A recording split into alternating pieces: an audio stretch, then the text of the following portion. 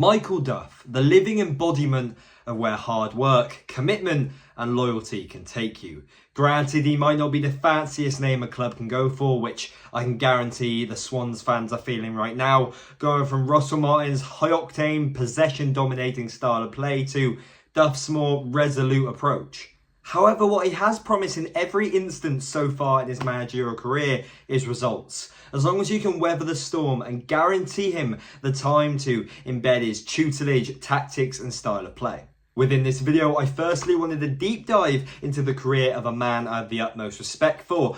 I wanted to go over what you can feasibly expect for the Swans and Duff in the near future. And finally, I wanted to elaborate on this dying breed of managerial talent, where time is of the essence, scrutiny of risk is at boiling point, and second chances are well and truly a thing of the past.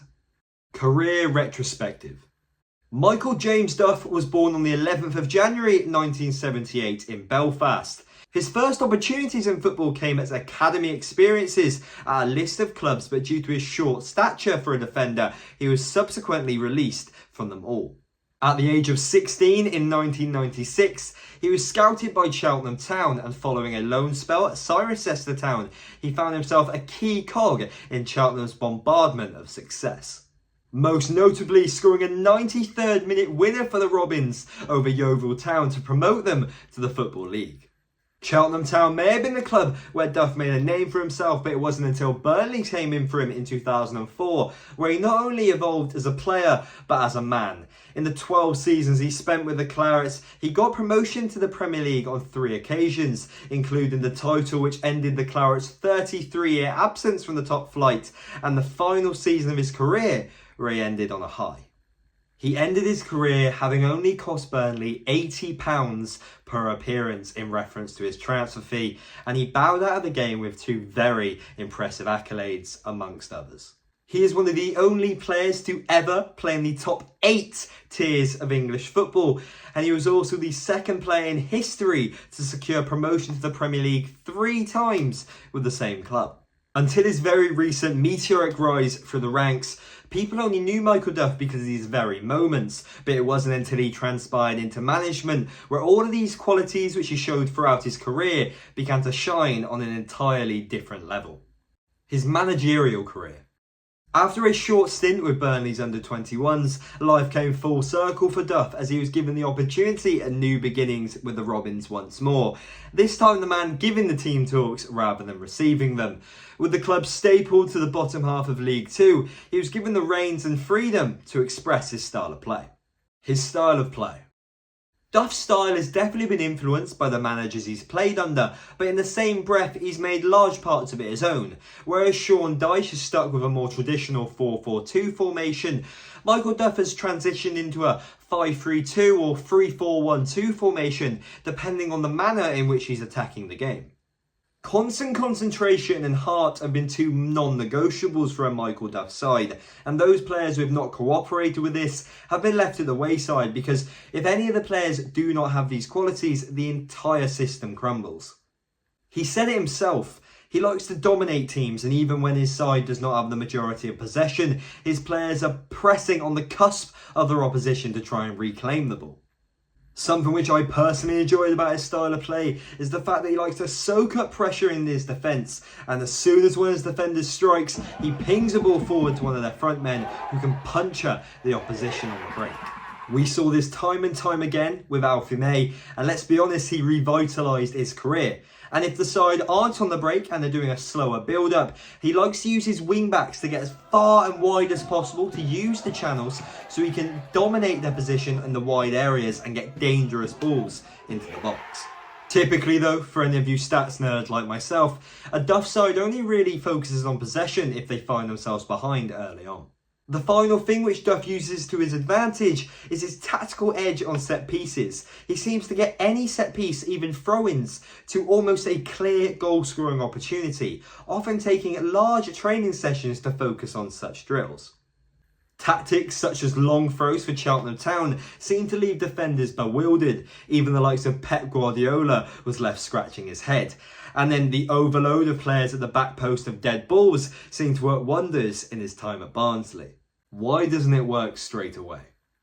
Now, a big question of this video, and I guess you could say the only slash on Michael Duff's record, is why does it take so long to implement his tactics?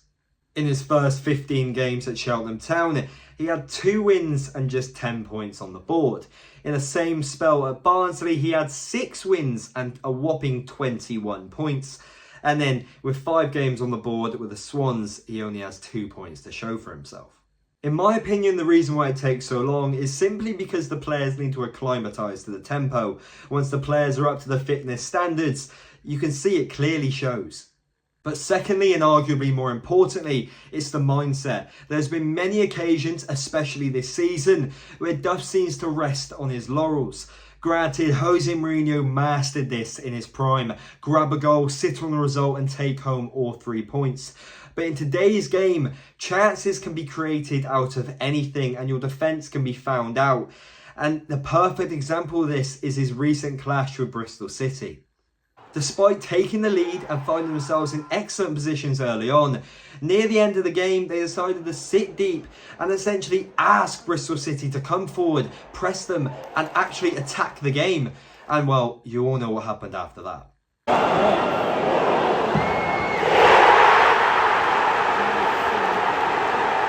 When everything clicks. Despite not being able to flourish yet in Wales, Michael Duff has been a revelation at his previous 2 stays. He made stars out of nobodies and sold them on for improved fees. He won league titles. He got Cheltenham Town to their highest ever finish in the EFL, and he was just seconds away of taking his Barnsley side to a penalty shootout, which would have decided if they were in the Championship. As personal accolades go, a League 2 Manager of the Season award is pretty special, but somewhat more impressive is his period between November 2022 and February 2023, where he picked up 3 out of a possible 4 Manager of the Month awards, and his Barnsley side amassed 64 out of a possible 84 points. Sensible expectations. Finally, I wanted to conclude by giving you my thoughts on what you can feasibly expect from Swansea and Michael Duff in the near future. As long as they give Michael Duff the leeway and freedom to do what he wants and obviously sensibly get who he wants, I'd say in the next few seasons you can realistically expect Swansea to get in and around the playoff places, which may seem ludicrous because ever since their Premier League departure they've not even got higher than 10th place, but I would say it's pretty sensible, and in failing to do so I can see Michael Duff getting cold feet and actually leaving Swansea for a Championship giant. I have no doubt in my mind that Michael Duff has the quality to take a Championship side to the promised land, to the Premier League. He's a respected individual who climbed the footballing ladder the hard way in the dressing room, and he's going to do it once more in the manager's office. It's nice in some way to see a success story in football because you see clubs like Chelsea, Norwich and Watford killing managers by getting rid of them early and their, let's say, outrageously short spells. But with Michael Duff, you can definitely say that his victories taste so much sweeter because of his previous failures, or as those clubs would see it, or just slow starts. So, any Championship fans or fans of Premier League strugglers, I put the question out to you guys. Would you like Michael Duff to be your next coach? Drop a comment down below. So, I understand this is a completely different style of video to my usual content, but it is something that I'm really passionate about, and if you guys do show it some love, I'll make sure that it sticks around. So if you did like this sort of content, please share it about. Smash that like button, subscribe to the channel and hit that notification bell so you know when the video goes live. We're on the cusp of 7,500 subscribers, and it might sound a little difficult, but I'm trying to hit 10,000 subs by my birthday on November 18th. We've grown something like 3,700 subs in the last 90 days. So there's a lot of new people here, and I hope you guys are loving it, just like usual. I put a little post on my socials the other day, which I'm sure you would have seen. We've got new grounds coming up. We've got mystery fixtures, around about 9 games next month, or this month. And yeah, I'm looking forward to every single game as usual. There's going to be a few new people coming as I'm going back to uni. And well, I love making videos for you guys. So thank you guys so much for watching this video, and I'll see you guys in the next one. See ya.